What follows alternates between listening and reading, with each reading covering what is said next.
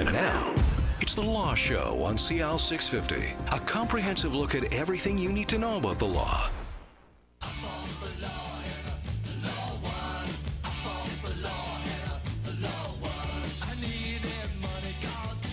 Is that The Clash? When was The Clash last played on CL, I wonder?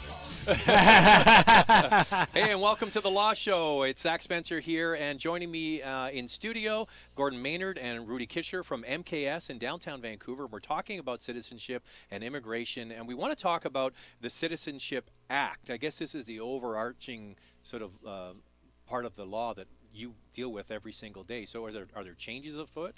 Is there something coming down? What's going on with the Citizenship Act? Well, actually, the Citizenship Act was changed recently in the last year, and it's going to be changed again. The current minister has announced they're going to take a second look at the changes that were brought in by the Conservative government and move the citizenship back in certain areas. And can you give me an example of that?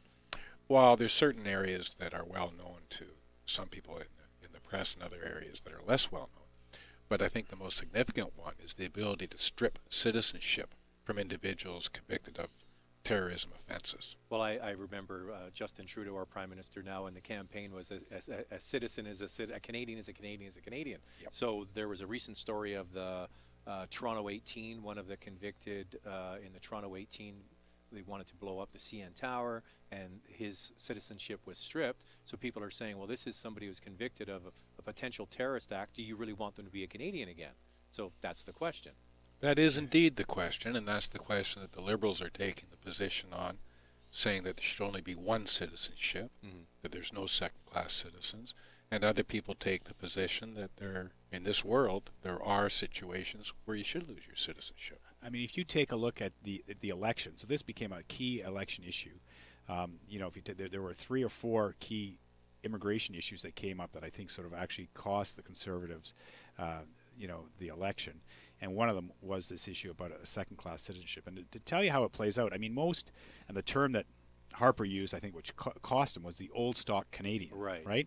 So what you set up when you set up this provision that if you have citizenship somewhere else, not even only if you have citizenship, but if you actually have a potential right to citizenship from anywhere else, and you're then convicted of a terrorist act, right, in Canada or abroad, you're convicted of terrorism, they can then move to strip your Canadian citizenship. So this means for old stock Canadians, to use Harper's term, is this doesn't really affect them. But for somebody, for example, who may have been here for generations, take a Jewish individual who has a right to Israeli citizenship potentially, has never claimed it. So that individual, if his son is convicted of a crime, right, of terrorist act, then it's potential that his son, who has lived here for generations, it could be argued, has a right to Israeli citizenship, should be deported back to Israel despite having lived here for generations. So to give you an example where I saw it play out during the election, my child plays hockey with a gentleman who is originally from Pakistan, he's the CEO and president of an IT company, doing very well, and he was a Liberal supporter. And I asked him, I said, why are you a Liberal supporter? You're sort of that 1% that you think would be sort of, supporting the Conservatives. He goes, I had a Conservative guy ask me, why aren't you supporting Harper? Business is important, and, lower taxes and everything else for the business class, if you want to call it that. And he said, the problem I have is my son, has a right to Pakistani citizenship. And if my son is convicted of a terrorist act, he gets sent back to Pakistan, where he's never lived, doesn't speak Urdu, and has, very little connection to. But if your son, speaking to an old stock Canadian, gets convicted of the exact same crime, your, son gets to stay in Canada. And he said, the response from the old stock Canadian was, yeah, but it's expensive to keep these terrorists in jail if they're convicted. And my client's response, not my client, my friend's response, to look back at him and said, yeah, but it's expensive to keep your son in jail too, right? So why should, where I came from originally matter? If we're saying, you're a citizen, I think people look at citizenship for foreigners that come to this country, work hard, pay their taxes, want to be included.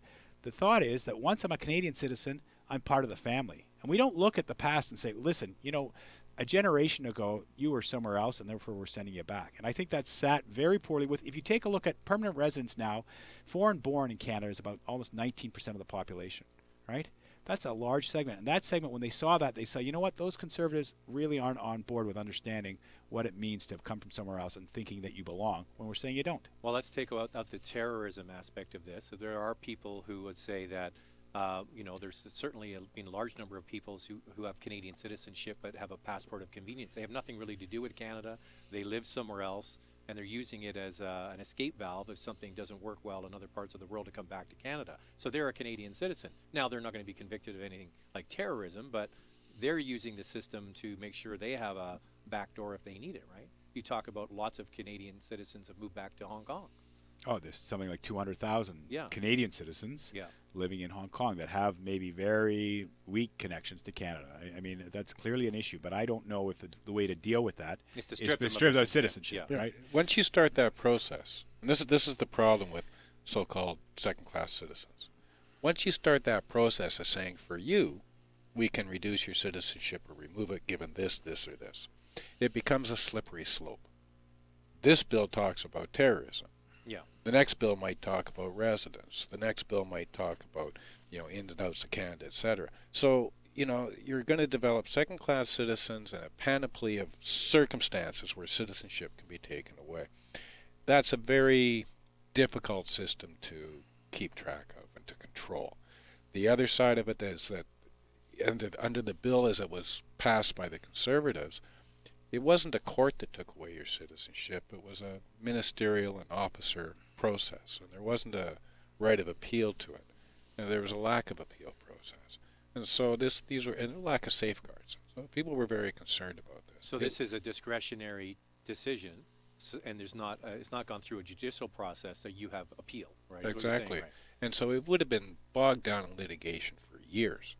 So the simpler answer is to say, just have one class of citizenship and treat people.